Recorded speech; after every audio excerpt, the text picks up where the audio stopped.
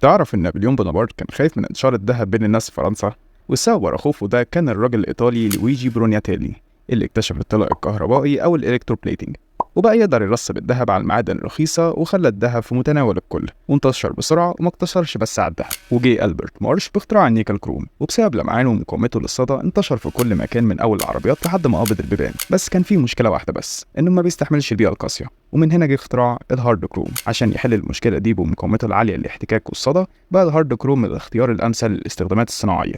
حسب اللخبطة، طب خليني ابسطها لك. الهارد كروم اكتر صلابه من نيكل كروم. سمك الهارد كروم عاده بيكون اعلى من نيكل كروم. الهارد كروم موجه اكتر للاستخدامات الصناعيه، اما النيكل كروم فاستخدامه اكتر للزخرفه. وده باختصار الفرق ما بين النيكل كروم والهارد كروم. وبس، لو عندك اي استفسار على اطلاق الهارد كروم او النيكل كروم تقدر تتواصل معنا هارد كروم تكنولوجي، وهرد عليك في اسرع وقت.